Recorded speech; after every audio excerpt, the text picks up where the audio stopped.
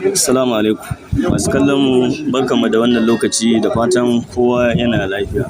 A yau darasinmu na yau zan nuna muku yadda za ku bibiyi wayar budurwarku ko ɗanka ko matarka kaga inda yake shiga a intanet cikin sauƙi.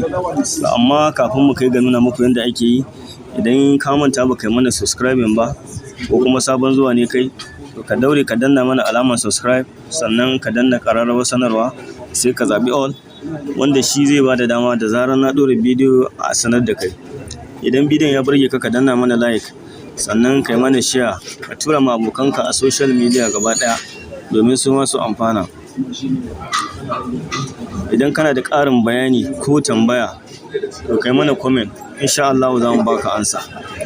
Kamar yadda na yi muku bayani a farkon bidiyon cewa ina so in nuna muku yadda za ku bibiyi wayar ɗanka ko wayar matarka ko wayar budurwarka, saboda bincike na yau da kullum ka gane cewa da ina suke shiga a intanet suna browsing, wanda cewa ta haka ne za ka fahimci cewa ka gane tarbiyyar iyalanka gaba ɗaya. To ta wannan hanyar naga ya dace in nuna muku yadda za ku bibiyi wannan abu. To ta yaya za ku wannan abu? Farko abin da ake buƙata, za ka ɗauki wayar ɗan naka ko budurwar taka ko matar taka. Idan ka ɗauki wannan abin da za ka yi na gaba, ko kuma idan ba ka da hurumin ansan wannan, za ka iya ansan Gmail account ɗin shi, da password. Sai ka sa wannan Gmail account ɗin shi da password akan wayarka. Misali, farko abin da za ka yi, za ka zo ka buɗe Chrome ɗinka, nan za ka zo ka ɗora Gmail ɗinka a kai. Idan ka ɗora Gmail ɗinka, abin da ya kamata ka yi in wayar ka ansa, abin da za ka yi daga nan sama wajen typing, abin da za ka yi kawai sai ka rubuta wannan address ɗin, za ka rubuta my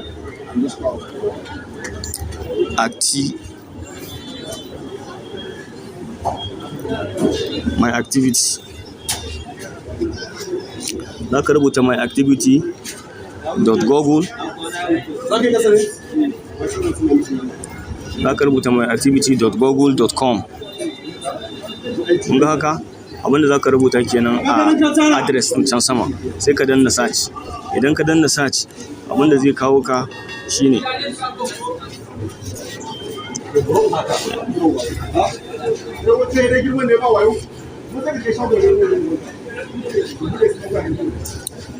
ɗan yi haƙuri kaɗan. Bayan ka rubuta wannan address ɗin, ku lura da cewa kun ga yadda zai kawo ku wannan fuskar. Bayan ka rubuta myactivities.google.com, address ɗin da ka rubuta kenan. Abinda za ka yi, kun gani, sai ku zo ƙasa. Misali, kamar haka, kun gani zai dinga nuna maka abubuwa. Kun ga yanzu misali a yau, kun ga nan sama ga shace today. Wanda ake nufi today, ka gani ga wani wuri nan gurin, ka gani wuri biyu kenan a yau kenan. Misali, za ka iya shiga haka.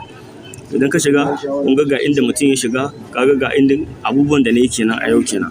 Misali kenan. To sai bayan haka za ka je ƙasa, ka dinga tafiya ƙasa, kana tafiya. Ka ga wannan na jiya kenan. Ka ga nan gurin ga Facebook. Me ya kamata kai? Sai ka duba nan gurin an shiga har da hotuna da bidiyo da ina take shiga, duk abin da take shiga za ka iya ganin shi ta wannan hanya. Wannan hanya ce mai sauƙi da za ka iya fahimtar cewa za ka iya gane inda ɗanka yake shiga. Ku lura da kyau.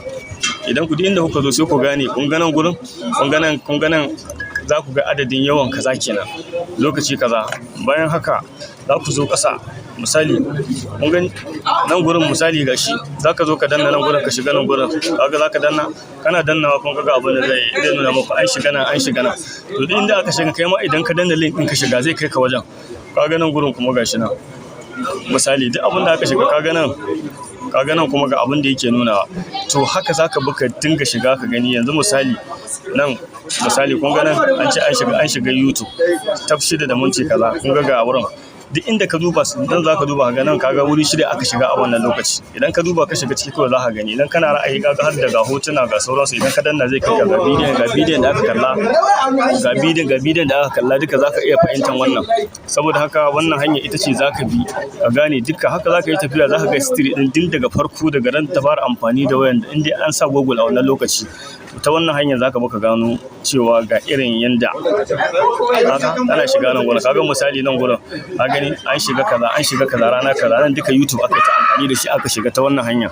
Saboda haka wannan hanya ce mafi sauƙi wanda zaka gane duk inda abinda budurwarka take yi a intanet, da kuma ɗanka ko matarka, duk wani iyalinka dai, haka wannan hanyar zaka maka gano matsalar ta ina da ina yake shiga, domin saboda ka kula da shi. Idan ba kamar yadda na muku bayani, ba lallai sai ka ishe shi ba, in dai ka san Gmail account ɗin shi, ko in ka ɗora akan wayarka, nan gurin zaka zo misali idan ka zo nan gurin farko, abinda zaka yi in ka samu Gmail ɗin shi, idan wayar taka ce sai ka zo nan gurin sai ka danna kan Gmail ɗin. Bayan ka danna, misali bayan ka je zaka yi sign out akai, sai ka ɗora naka akan, ka ɗora nashi akai, to shine sai ka bi ka duba kaga duk wani matsalar da kake so ka yi ta wannan hanyar zaka yi amfani da shi ka gane duk inda budurwarka ko ɗanka suke shiga a cikin wayar su, mu'amalar da suke da waya. To wannan bidiyon idan ya burge ku danna mana like, sannan kada ku manta ku yi mana share, ku tura wa bakanku a social media domin wasu masu amfana.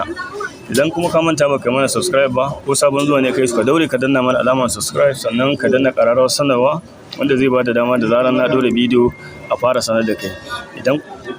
Idan kana da ƙarin bayani ko tambaya, to kai mana comment. Na gode.